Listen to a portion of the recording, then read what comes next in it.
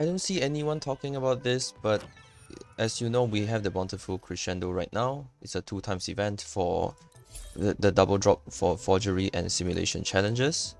And a lot of people right now are farming for shell credits because they are facing this kind of insufficiency. But I just want to say that it's probably better to not touch the shell credits and farm everything else. I'll give my reasons, right? So, forgery challenge, for example, this metallic drip is needed for Changli. So if you're pre-farming for Changli, it is better to farm this because when you do get a gold in the domain itself, in the challenge, it is multiplied. So if you get a gold, it becomes 2 golds. If you get purples, it becomes 2 purples, right?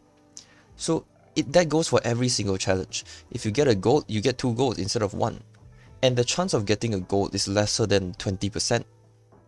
Like even at UL 50, it's lesser than 20%.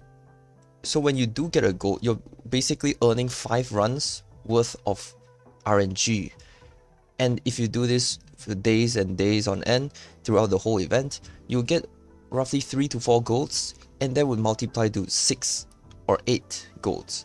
That saves you so much time on farming after this event is gone. Whereas for shell credits, it's 80k at Union level 50 times 2. So you get 160k every single time, but there's no RNG, there's no fluctuations, there's nothing. You're not saving on anything but 1 run. But like I said, if you compare it comparatively, the gold runs are 1 in 5, 1 in 6, 1 in 7, depending on your RNG, your luck. It could be 1 in 4. If you're really lucky, 1 in 3, right? It can't be 1 in 2. There's no way that you're that lucky at Union level 50. But let's say 1 in 3. You're still saving 2 runs worth of waveplates. And they're both the same, right? They're 40 waveplates and 40 waveplates. There is no other comparison to be made here.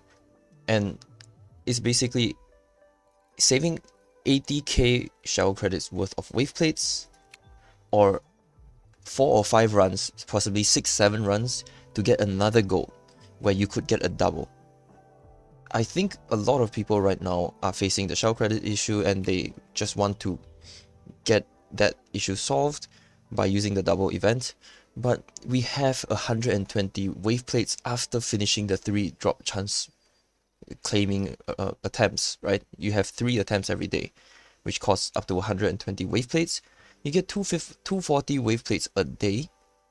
So that means you have 120 waveplates left. You could use those to farm shell credits because there's no like opportunity cost in that sense. The last 3 claims of the day could just be shell credits. It doesn't matter. It could also be 2 boss challenges, like it could be 2 Inferno Riders, just to get that Raging Tesla Core for Changli. I've been doing that myself. Like I said, you could still use the remaining 120 wave plates for anything that you want. Of course, the first 3 double drop chance, you should always use it on the most worth it or the most valuable that you can spend it on. And I honestly think it's just a forgery challenge, or if you're really lacking in resonance or energy cost, you could really just run these, because if you get golds, it's also multiplied, right? But just don't touch the shell credits if you're not really in such a deficiency that you have to farm it. So far, in Wuthering Waves, we've had 2 double drop events.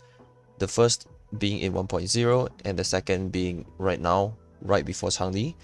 And the other double drop event we had was Tested Field. But we can't be too sure if Kuro Games would continue releasing double drop events before character banners. So we should really plan out our waveplate usage to save up time and resources so that we can farm tested fields and boss challenges on top of that to prepare. If you're stuck just farming for forgery challenge or shell credits, resonance potions, or energy cores, you're definitely going to have a very hard time upgrading echoes and even just like preparing for the weapons of the characters if you plan on summoning for them as well.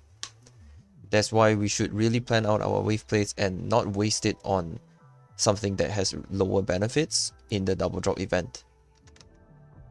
That's kind of all I wanted to talk about on this issue, and see you guys in the next one.